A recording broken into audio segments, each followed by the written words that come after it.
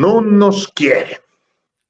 Nos vamos de aquí, ha dicho hace unas horas atrás el presidente francés Emmanuel Macron ante una entrevista en France 24 o en Francia 24, anunciando que sus tropas serán retiradas, los 1.500 efectivos galos que estaban en Níger serán retirados antes de fin de año y que el embajador hará lo propio mucho antes.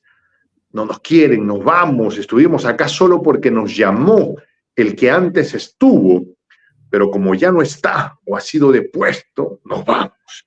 Porque además nosotros no estamos dispuestos a tener vínculos de colaboración con un régimen instaurado de manera violenta. Hora después dijo, aunque si nos llaman, podría ser. Colaboremos. Ariel, hermano querido, gracias por estar con nosotros. Tienen que ver el canal de Ariel, ¿eh? El análisis geopolítico que él hace, los invitados que tiene son extraordinarios. Ariel, hermano querido, impresiones de este primer casi desenlace sobre la salida de las fuerzas francesas en Níger. Bueno, en primer lugar, buenas tardes, querido Jota, un placer, como siempre, estar contigo y tu audiencia acompañándote y comentando. Bueno, ¿qué decir de este psicodrama? Tú sabes que hay una cosa que es curiosa, ahora vamos a hablar del tema de Níger, pero este muchacho, porque en realidad es un muchacho, Macron, es totalmente criticado, ridiculizado, le faltan el respeto dentro de Francia. Pero los medios de comunicación, sobre todo France 24, Le Monde y todo ese grupo de medios que pertenecen a dos familias, son privados, pertenecen a dos familias, una de ellas el hombre más rico del mundo, que es el dueño de todo lo de Louis Vuitton y todas esas marcas de lujo, Arnault, poco conocido por acá, es el hombre más rico del mundo, es más rico que Bill Gates y Elon Musk y demás. Pero en fin, pertenecen a, como digo, estos medios de comunicación lo presentan afuera de Francia a Macron como un estadista, un hombre de estatura y de envergadura y demás. Y la verdad, te reitero, dentro de Francia ya es ridículo todo lo que hace. El otro día se presentó inaugurando el Campeonato Mundial de Rugby allí en un estadio, ¿no? Y 70.000 personas lo silbaron, no lo dejaban hablar. Todo lo que hace es una ridiculez. En fin, y así se lo trata allí. Entonces, pero afuera parece un estadista. Y realmente digo psicodrama. Más querido que el Grinch en plena Navidad, entonces. Perdón, no te entendí. Es más querido que el Grinch en plena Navidad. Por ejemplo. Sí. Para hacernos una idea. Para hacernos una idea. Y en realidad lo que se dice, lo que se dice, no, lo que salió a la luz definitivamente, es que este hombre salió como un conejo dentro de una galera, ¿sabes?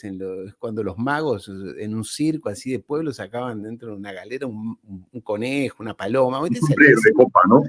Exacto, sí, que además un desconocido, lo pusieron los Rothschild, él era un empleado de los Rothschild, no, esto no es un complot ni mucho menos, era empleado de la banca Rothschild, se hizo millonario allí haciendo negocios, entre otras cosas, vendiendo al exterior una parte de los negocios de la empresa Nestlé, algo que se lo critica mucho, porque en épocas de desnacionalizar empresas, él vendió unidades importantes del grupo Nestlé.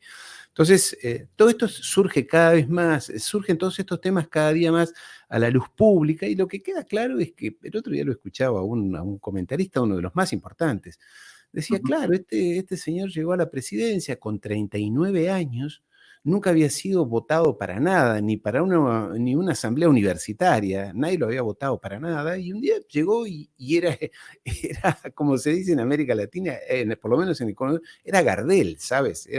Parecía Maradona, que sabía todo, un brillante, se sabe ahora que perdió 2 veces ingreso a la Escuela Nacional de Administración, a esa que mi padre se había recibido, muy difícil desde ya, pero la perdió 2 veces, el curso de ingreso, ¿no? El examen de ingreso. No era tan brillante en las finanzas como parecía, etcétera, etcétera. En fin, se ha caído, no se ha caído, se ha demostrado ese mito que se había armado. Y entre otras cosas, traigo todo esto a colación por hablar de lo de África. Lo de África es una vergüenza, Pero, por realmente. ejemplo, todo lo que me relatas me hace pensar mucho en un expresidente mexicano que gobernó antes exactamente del presidente Andrés Manuel López Obrador, Ah, ¿no? bueno, Un tipo que lo bueno, sí. construyó Televisa, lo casó con una actriz de telenovela, ¿cómo se llama? Este señor que hasta me he olvidado de su nombre, Peña, Peña dirás. Nieto, Peña Nieto, sí. Peña Nieto, ¿no? Peña O Nieto, sea, sí, sí. para entenderlo, es que los hacen en laboratorios, te das cuenta, ¿no? O sea, Sí, son fotocopia. sí, Pero por sí. favor, no quería interrumpir en No, no, pero es que son comparables. Pero claro, ahora, mira qué curioso lo que tú dices. Está perfecto, Jota. Pero como es un mexicano o un latinoamericano, bueno, estos indígenas hacen barbaridades. Pero un francés no. ¿Cómo va a hacer un francés estas cosas? O un señorito inglés. ¿Cómo no? Esa gente hace cosas bien. O en los Estados Unidos, una familia Biden, que ¿cómo puede ser corrupción? La corrupción es propio de latinoamericanos, de africanos, de asiáticos. En los países desarrollados tiene las cosas. marroncito, sí, pues no califica para correcto. ¿Se entiende? Entonces, este hombre realmente, todos los temas, y sobre todo temas internacionales en los cuales se ha inmiscuido, le han salido mal porque es un improvisado, porque está al estilo Trudeau, ¿sabes? O Pedro Sánchez en España. Se sienten guapos, jóvenes, triunfadores, y están más para la foto que para construir nacionalidades, soberanía, defender sus intereses y demás. Me El hace otro pensar día, un poquito en Zelensky saliendo en la portada de una revista, ¿no? totalmente, De totalmente, sociedad en plena barbarie de su pueblo, ¿no? exactamente. Pero, por favor, continúa, Es continúa. así, Son insights que me llegan, y por utilizar un término muy claro, anglosajón. de eso se trata este diálogo. Pero mira, lo traes a colación y la semana pasada, no, esta semana, el rey Carlos III de Inglaterra, el hijo de la mamá que falleció hace un año más atrás, fue recibido como en visita oficial por Francia. Y el escándalo que se ha armado, digo, seguimos conversando, así que no nos vamos del tema. Se armó un ¿No? escándalo terrible porque le hizo un agasajo, una cena de honor en la Galería de los Espejos del Castillo de Versalles. Te acordarás, un castillo enorme, la Galería de los Espejos, es muy, Sí, sí, muy estuve la semana pasada ahí. bueno, es un lugar Sí, sí, simbólico. ajá. Sí, Allí se claro. firmó el Tratado de Paz de la Primera Guerra Mundial, en fin, es un lugar. Y lo curioso es Allí que pasó sus buenos últimos días, Luis XVI también. exactamente, exactamente. ¿Y qué mejor idea se le ocurrió a este muchacho? Porque hay que tratarlo así, que hacerle, ya digo, ofrecerle una cena de honor para 150 invitados. La mesa era larguísima. Entre los que estaban, en su mayoría, eran artistas, y él iba saludando a los artistas. Estaban Mick Jagger y no sé quiénes más, británicos, todos ellos, algunos deportistas. Y lo que se supo ahora es que puso un vino Rothschild. Los Rothschild son grandes bodegueros, son realmente Ya. grandes bodegueros y muy caros. El vino que se bebió en esa cena costaba 2.500 € la botella. Y claro, cuando eso es el sueldo de casi que el doble o un sueldo y medio de un asalariado normal de un mes de trabajo en Francia.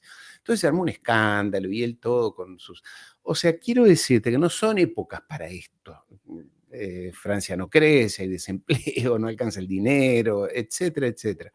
Entonces este hombre, volviendo a Níger, ¿te acuerdas? Creo que lo hablamos tú y yo hace, no sé, cuando explotó todo esto, ahora 3 semanas. Él dijo, no, que se quede ahí mi embajador, porque yo digo que se quede. Hace unos pocos días decía él, no sé si él o su vocero, también, mira, si tú lo ves al vocero, estamos hablando, está bien, estamos hablando de un país, quinta, sexta potencia mundial, pero es una potencia nuclear. El Ujú. vocero es un chico que yo no digo nada contra los chicos, yo también tengo hijos, pero no puede afrontar las preguntas que se le hacen, su vocero de prensa, ¿no? Y todo es así, todo es imagen, o sea, tienen que ser acordes a lo que indican las encuestas, lo que aparentemente quiere la gente, pero nada de solidez. Entonces, ¿qué dijo hace 4 días atrás? Dijo que en realidad lo que estaba pasando era que el embajador era un rehén de los golpistas allí en Níger. ¿Por qué? Porque, claro, como no lo podían sacar, porque no lo iban a sacar al embajador, ya hubiera sido demasiado, digamos, era lo que querían, ¿no? Una provocación de ese tipo, pero el ejército nigerino no lo sacó, pero no le dejaban entrar las comidas. Las comidas que venían por valija diplomática. No, Entonces, no llegaba el escargot.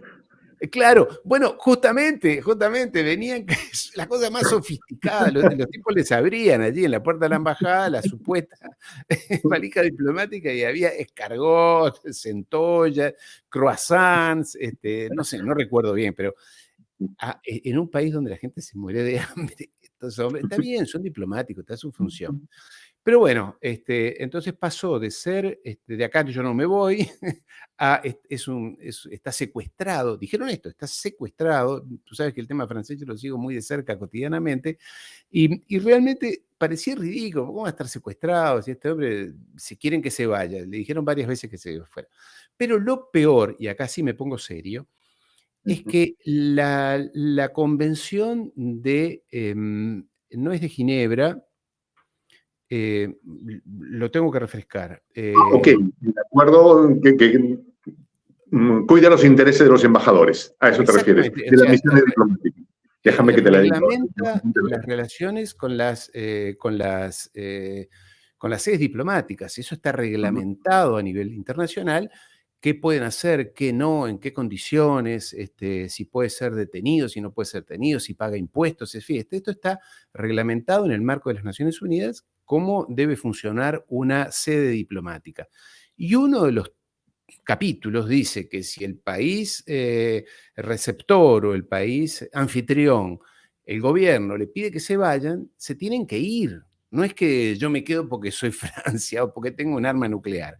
Si en este caso, gobierno legítimo, ilegítimo, pero no sé, el que hoy gobierna, les pide que se vayan, se tienen que ir. O sea que estaban hasta desafiando, porque son tan omnipotentes, y este chico es tan arrogante, que cree que él puede dictar las condiciones, y como cuando fue allá en la época del inicio de la guerra de Ucrania, ¿te acuerdas? Entraba así al Kremlin a hablar con Putin, y Putin le dijo, hola, siéntese ahí, y la mesa Sí, medía como 200 metros. Dijo, ni lo saludó, le dijo, sí, hola, bienvenido, y le siéntese dio la allí en la impresión que le mesa. puso una silla tan alta que los pies le colgaban.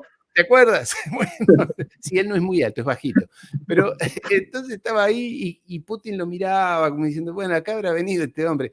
Y le dijo, bueno, chao, váyase, ya está. Pero eso lo vendieron en Francia como que él había ido a decirle a Putin que tenía que hacer la paz, retirar sus soldados o no atacar, no sé.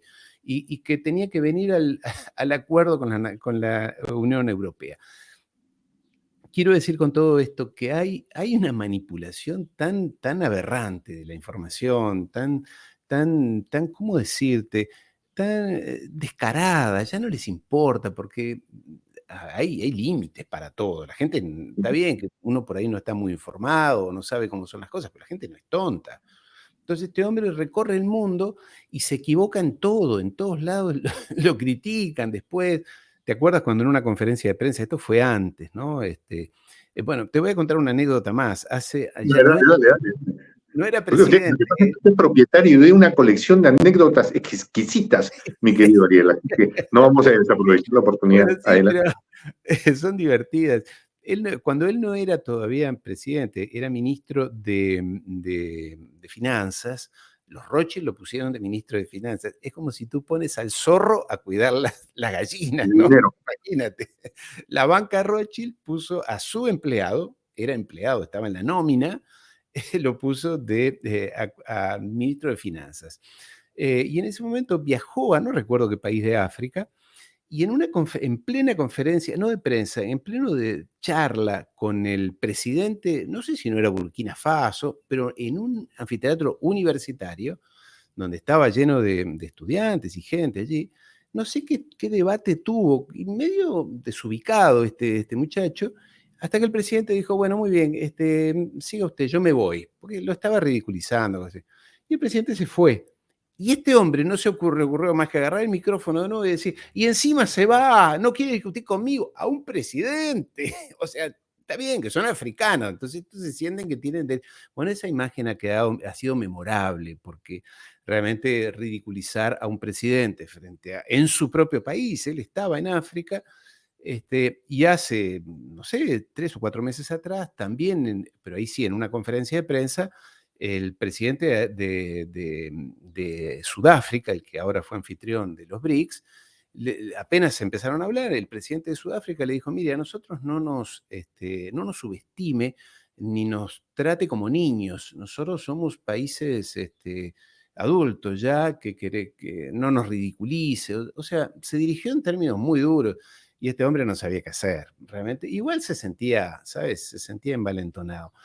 Yo, ¿qué decirte? Esta no es la Francia de Gaulle. No es la Francia de Gaulle. Te voy a dar una anécdota que te va a divertir también. Mira qué estatura tenía ese hombre. Te podrá gustar o no De Gaulle, cada uno.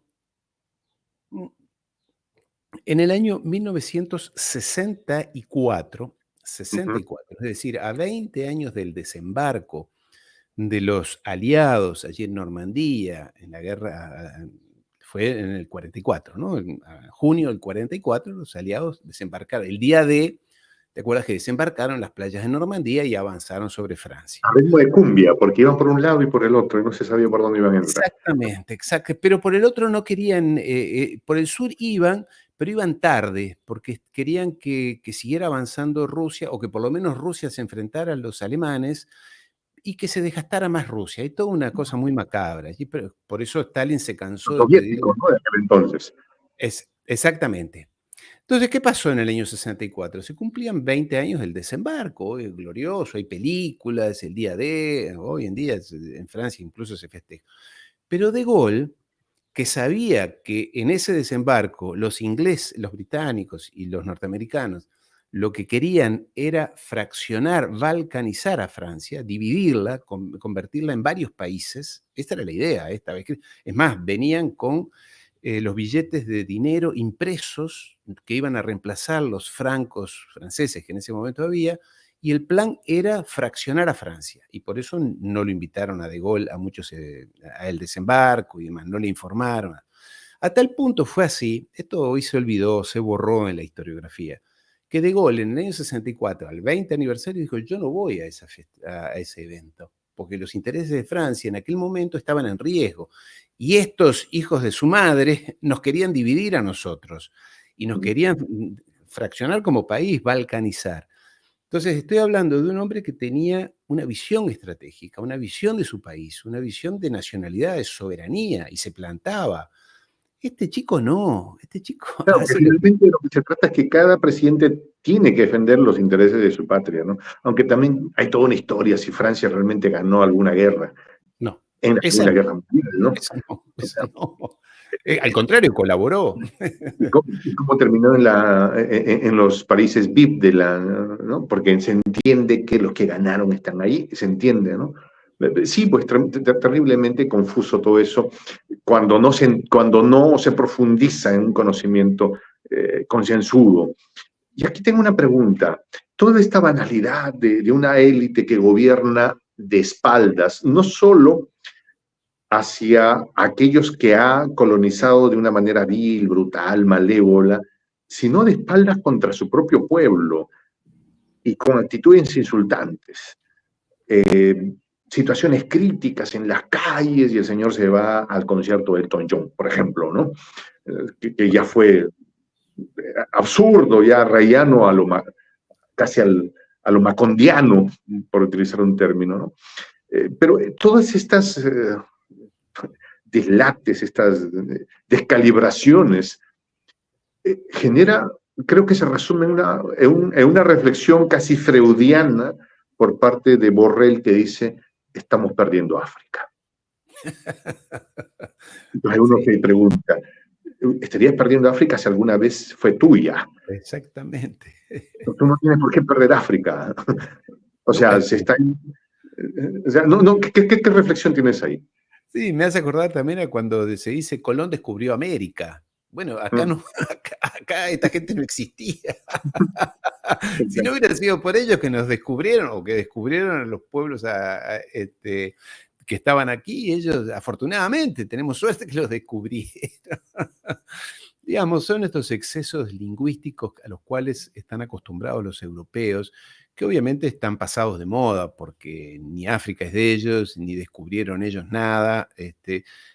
Hay que revisar todo eso. Sí, están muy inquietos porque estaban acostumbrados a ser de África. En este caso, recuerda que en el caso de Francia, España, bueno, Italia no sé tanto, tenían áreas dentro de sus ministerios de Relaciones Exteriores dedicadas específicamente al tema África, porque al claro, expolio.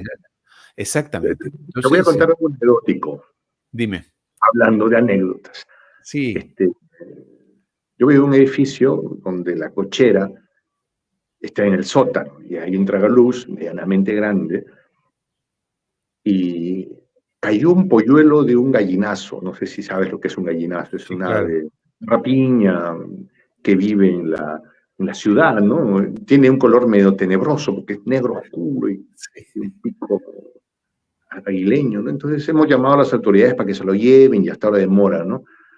Entonces, para no ver que el pobre animal sufra, le hemos proveído de algo de comer y algo de agua, ¿no? Entonces, como me han visto que yo estoy proveyéndole al pobre, ya medio que me lo han cargado a mí, ¿no? Entonces, ¿y qué nombre le vamos a poner? No sé, le digo, que vamos a ponerle nombre, no le vamos a poner nombre, ¿no?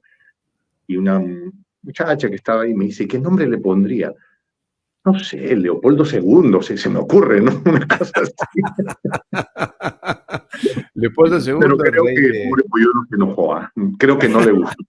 rey de Bélgica, aquel que Ya, ¿se digo, acuerdan? no quiero ofender la memoria de nadie, ¿no? No, no, no, no. Bueno, los africanos se acuerdan, sobre todo los del Congo, se acuerdan muy bien de Leopoldo, sobre todo de la mamá de Leopoldo, ese hijo. Ya alguien no sabe, hemos hecho un programa que está ahí sobre Leopoldo. Exactamente. Pero Así van bueno, las sí, cosas. están nerviosos con lo de África.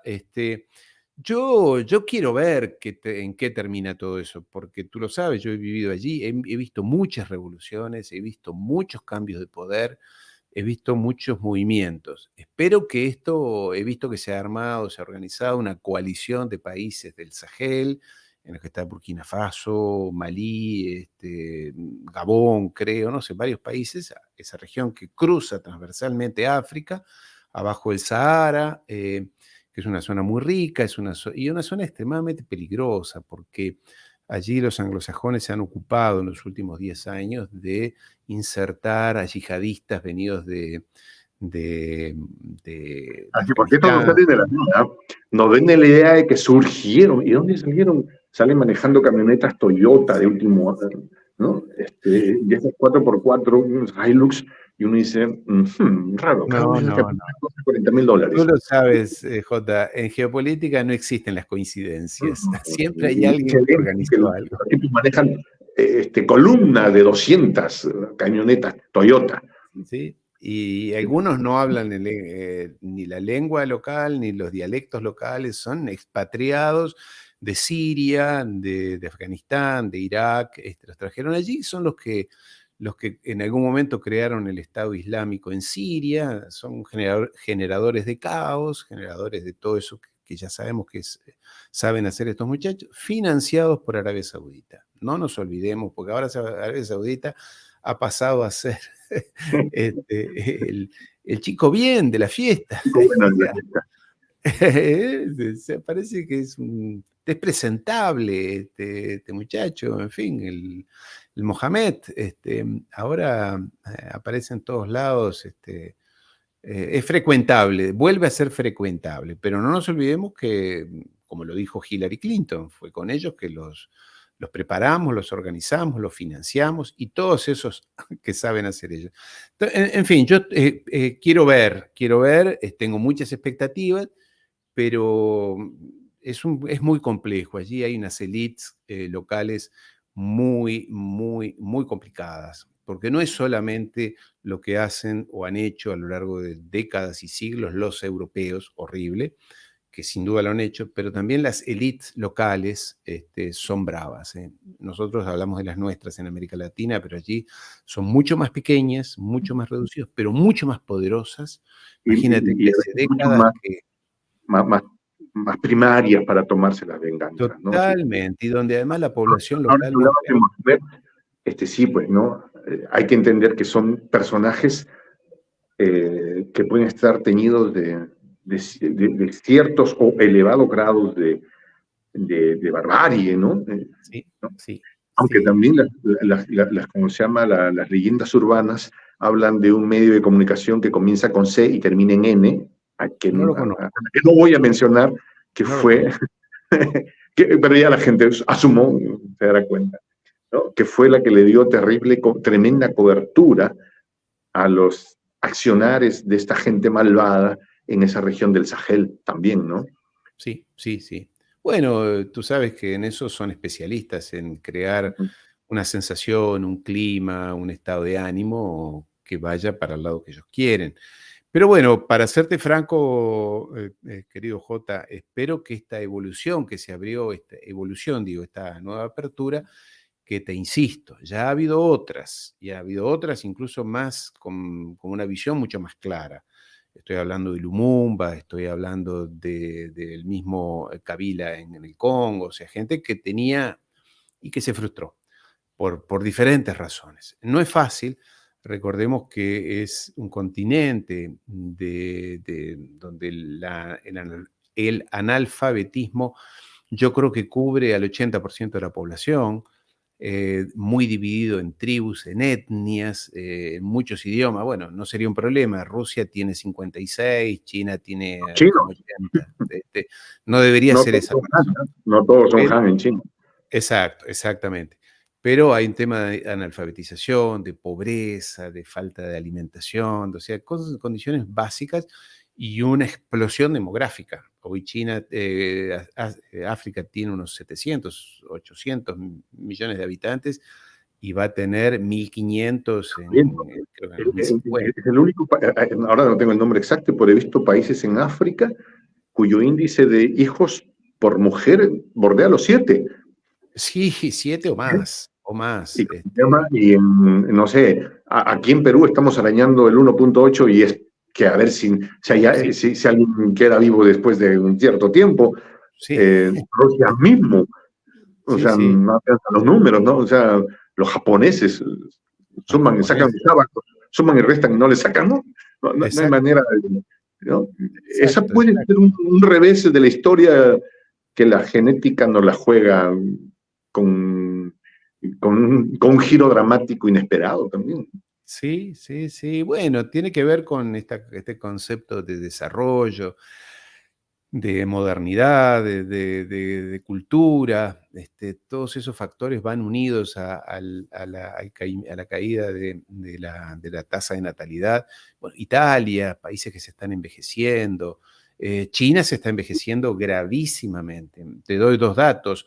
Para el 2050, los Estados Unidos va a tener una edad promedio de 41 años. China va a tener una edad promedio de 53 años. Es gravísimo lo que le pasa a China, ¿eh? Es gravísimo además pensando en temas militares. O sea, la edad promedio de los jóvenes eh, Recluta. reclutas está muy complicada China, no así los Estados Unidos. En el caso de los Estados Unidos ya sabemos que es esencialmente gracias a la inmigración, sobre todo centroamericana, que es más joven, más proclive a ampliar su familia, etcétera. Si no fuera por eso, se le complicaría. Proclive a Pero, ver con romance la vida, mi querido. ¿cómo, perdona? Más proclive a ver con romance la vida, me refiero. Por Esto supuesto, asegura a ¿cómo las no? próximas generaciones. Por supuesto que no, porque sí, por supuesto, claro que hay Hay un un fenómeno tema de alegría.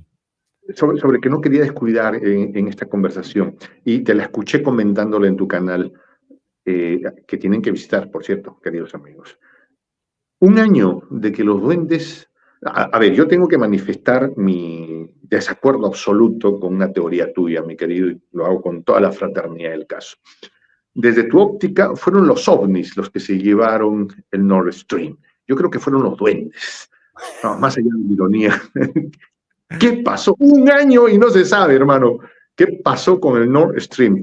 Ni el investigador más acucioso de ese Reino Unido, el Sherlock Holmes, ni los servicios de inteligencia que se enteran de todo antes de que pase, que logran enterarse de todo, no descubren si fueron los ovnis o fueron los duendes. Ariel. Es curioso porque tú estás hablando, claro, del gasoducto que unía a Alemania con Rusia, que pasaba por el Mar Negro.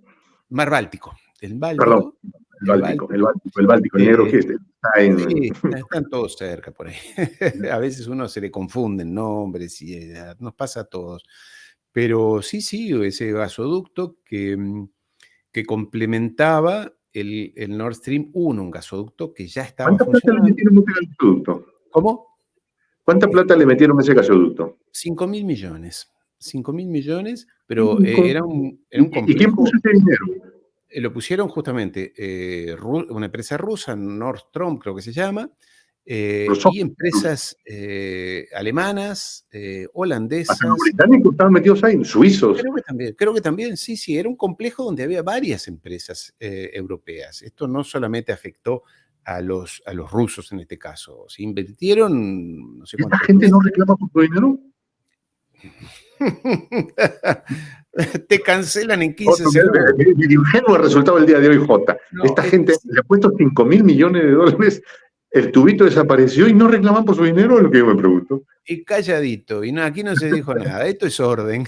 Así funcionan las cosas, mi querido Jota, hoy. Es así, 5.000 millones se había ya inaugurado, es decir, no se había inaugurado, se había terminado, se terminó de construir toda la conexión, ya hicieron la conexión, y empezó la guerra. Bueno, antes de eso, Biden le dijo al canciller Scholz en una conferencia de prensa allí en la Casa Blanca, ese gasoducto no va a funcionar. No me acuerdo las palabras exactas. Dijo, no va a funcionar. Las palabras exactas fueron estas. Otto busca otro proveedor.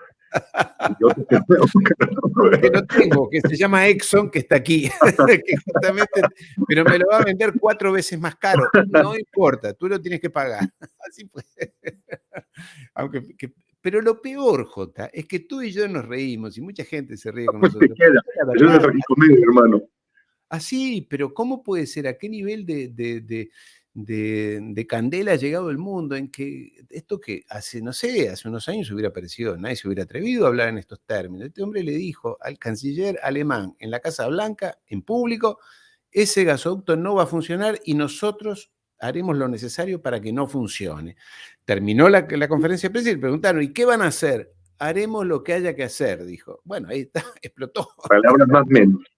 Exacto, sí, y así fue, bueno, pero lo curioso, y esto es lo que uno debe tener presente, es que esa región del Báltico, estamos hablando norte de Europa, norte de Alemania, lo que separa allí los famosos fiordos, no sé si has tenido ocasión de hacer ese viajecito por los fiordos, bellísimo. Es ese paseo por el Báltico es un paseo de 2 días, sales desde Noruega o desde Dinamarca y ibas hasta San Petersburgo. Es un viaje maravilloso, los fiordos, una cosa espectacular. Esa región es una de las regiones más supervisadas, más controladas, más vigilada del planeta. Ese es el rincón más vigilado del planeta. ¿Por qué? Porque desde allí salía la flota de guerra soviética, rusa, los submarinos atómicos, los portaaviones, salían desde allí. También salían desde Sebastopol, pero como ya no era ruso, salían por arriba. Y entonces toda esa parte hay sensores, hay satélites, hay barcos, tampoco es tan grande. En fin. Y ocurre que pasa eso y ahora no hay antecedentes de nada, nadie sabe qué pasó, quién fue, pensando que además el gasoducto corría a 100 metros de profundidad en un mar turbulento, agitado, vientos, helado. O sea que no es que vamos tú y yo, salimos de alguna playa de Perú y nos vamos a zambullirnos. No. Tuviste unos números que me parecieron interesantes. Un buzo profesional con entrenamiento y todo, ¿A cuántos metros puede sumergirse, digamos, después de cierto entrenamiento, más o menos? 20, 30 metros, 50 metros. Obviamente que después están los usos que son, que emplea la Marina, que emplea, digamos, que tienen otro entrenamiento y que tienen otro equipamiento. Una vez más. Y no es que se baja con apnea, ¿no? No es que bajas así Sí, como no. tomas aire, Además está ¿no? fresco. Generalmente está fresco allí, hace un frío helado, es agitado, es un mar complicado. Entonces, y a Y tal ahora punto. bajas y tienes que quedarte un ratito ahí para hacer el milagro, ¿no?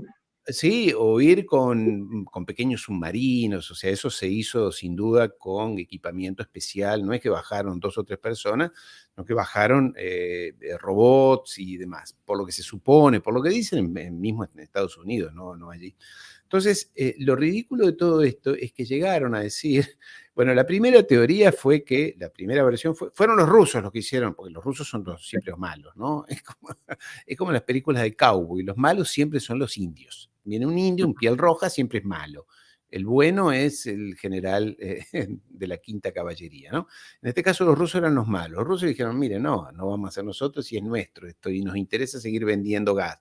Bueno, parecía demasiado ridículo. Entonces dijeron, no, fueron los ucranianos.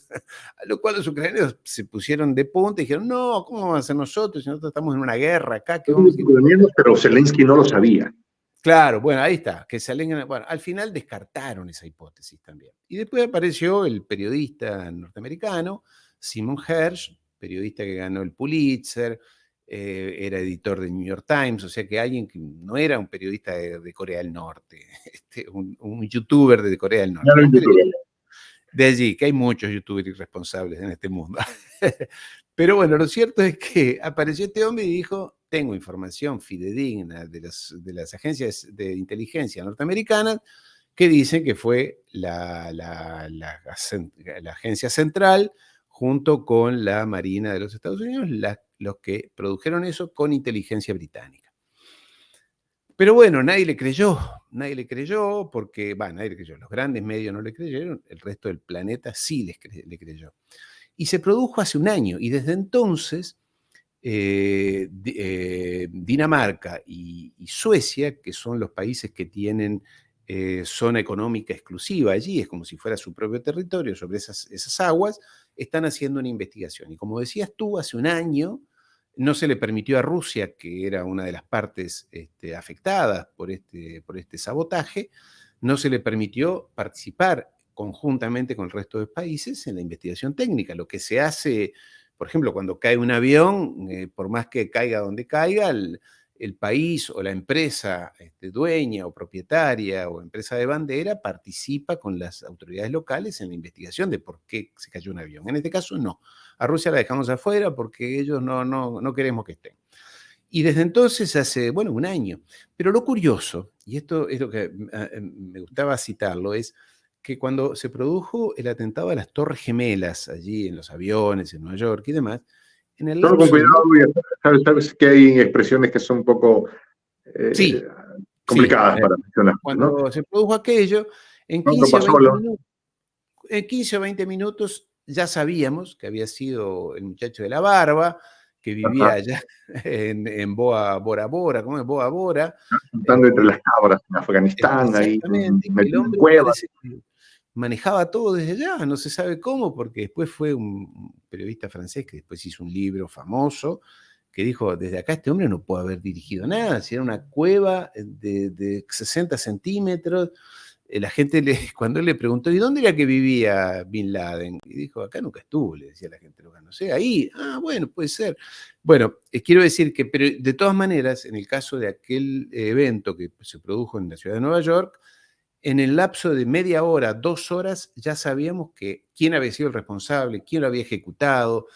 Es más, debajo de los edificios se encontraron los pasaportes. Parece ridículo, ¿no?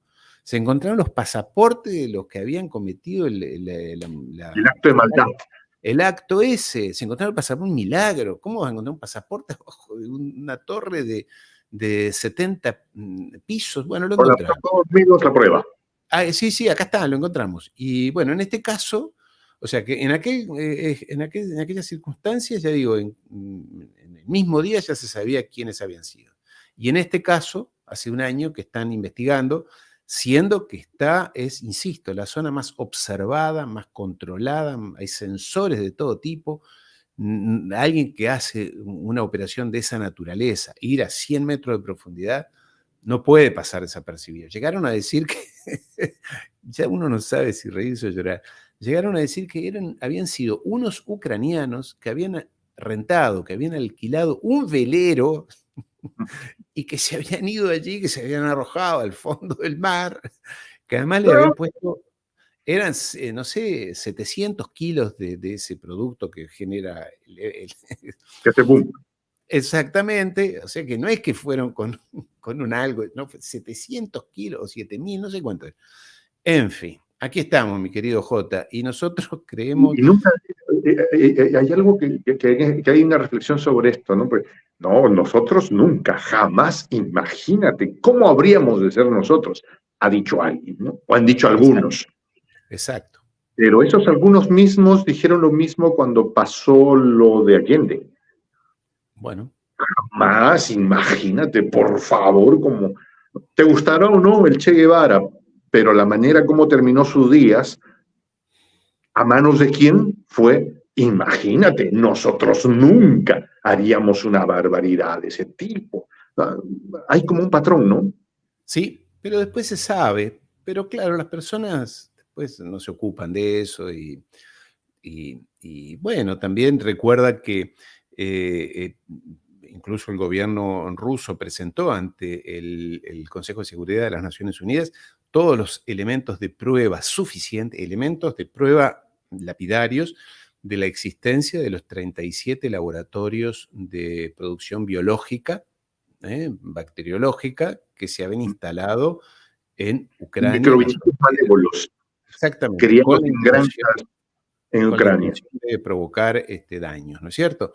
El gobierno ruso presentó en el Consejo de Seguridad todos los elementos. Yo me tomé trabajo de mirar todo, y era, pues no le damos importancia. Bueno, está muy bien, sí, pero pasemos a otro tema. Lo mismo con los sabotajes a la central hidroeléctrica, esa que produjo una inundación, ¿te acuerdas? De agua, una represa. Voló una represa y ya está. Exacto. Que nos llevan por lo absurdas, ¿no? Pero ya hay una cosa que tiene de absurdo extremo y me gustaría que también lo analices. El señor Zelensky llega a Estados Unidos, quiere hablar ante el Pleno del Congreso. En el Congreso, literal, el líder del Congreso le dijo, mire que estamos ocupados, estamos en otra cosa, vaya usted a reunir, pero yo he venido a pedirles, no, yo tengo para usted, yo tengo que pedirle algunas cosas. ¿Dónde está el rendimiento de cuentas y cuál es su plan de victoria? Como salió por la parte de los caballos, se fue a Canadá, ahí sí le recibieron en el Congreso y lo aclamaron como un héroe canadiense ucraniano, todos parados, y resulta que este señor, luego nos enteramos, había servido en el ejército del señor del bigotito cuando se dio la Segunda Guerra Mundial. ¿O es que son tan mensos que las cosas les salen tan mal? ¿O es que de pronto alguien está haciendo las cosas mal adrede para ponerlos en situación difícil? No sé, ¿qué piensas tú, Ariel, al respecto de eso? Tú sabes que, Jota, lamento decirte que se me cortó un poquito la comunicación y no entendí tu pregunta. Sí, te decía que Trudeau finalmente lo recibe. Sí, sí. En Estados Unidos no lo recibieron, él sí lo recibió en el Parlamento, lo aplaudieron con las manos a todo fuelle, se pararon y también le rindieron tributo a un señor que había sido un efectivo de las fuerzas de ocupación del señor del bigotito en la Segunda Guerra Mundial. Pero a lo que voy, es que son tan mensos que pueden cometer estos errores, o es que alguien por debajo ya está sacándole la alfombra y están bajándose todo el escenario con un ridículo de esta dimensión para ya hacer injustificable cualquier tipo de apoyo. ¿Qué piensas tú al respecto? Mira, realmente fue grave la aparición de este caballero de 98 años allí en la tribuna, pero recordemos que Zelensky y Trudeau lo saludaban y lo abrazaron con cariño, claro, y allí se les vino toda la crítica de parte de la colectividad judía local, del gobierno de Polonia, porque claro, ellos ahora quieren borrar aquel pasado de las barbaridades que hicieron y de quién los salvó, que venían del lado ruso, ¿no es cierto? Que fueron ellos los que los salvaron. Quieren borrar esa historia, quieren cubrirla de confusión, pero la presencia de este señor conocido, por lo menos lo reconocieron inmediatamente, fue tomado como una provocación. Y ahí lo tienes al gobierno de Trudeau pidiendo ¿Es disculpas, porque diciendo que es por mensos que pasó esto o es que acá hay una mala intención ya? Hay una luz. A ver, me pongo de 100 grados medio mal pensado, digo, tan brutos no pueden ser. son Aquí hay brutos. alguien que les ha sembrado esto para que tener una justificación y decir, ya, acá hemos llegado al límite. ¿Son Puede mensos al ser. extremo o están ya quitando cuerpo? Yo creo que no hay que Uno de mistificar. los dos. Son brutos, son brutos, son brutos. Dijeron, viene Zelensky, tenemos acá este señor que no sabemos muy bien quién es, no sé, supongo, me imagino que habrá sido así. Él dice que es un héroe, que allá, que este hombre era antirruso, entonces todo lo que sea antirruso, bienvenido. A ver, ¿quién odia a los rusos? Yo, bueno, ven, ponte aquí en la lista. Pero mira que este hombre, a tal punto, querido amigo, los que desfilan por las calles de Kiev con brazaletes y con tatuajes y con gestos Símbolos que ya espantosos sabemos. que convocan ese tiempo. Por supuesto, ellos, todo lo que sea antirruso, no importa qué, es bienvenido. Y Nos acompaña Ariel Gutiérrez de Análisis Geopolítica. Tenemos algunos pequeños problemas con la... Bueno, bueno. Hemos tenido un problema técnico en la parte final de esta entrevista, pero igual quiero agradecerle a nuestro amigo Ariel por ese extraordinario análisis geopolítico. Toca despedirse. Mi nombre es Juan José Castillo, el J. Gracias por habernos acompañado en la emisión del día de hoy. Me despido con esta expresión en el quechua milenario, en el quechua de los incas, Tupananchis-Cama, cuya traducción al español es hasta que nos volvamos a encontrar.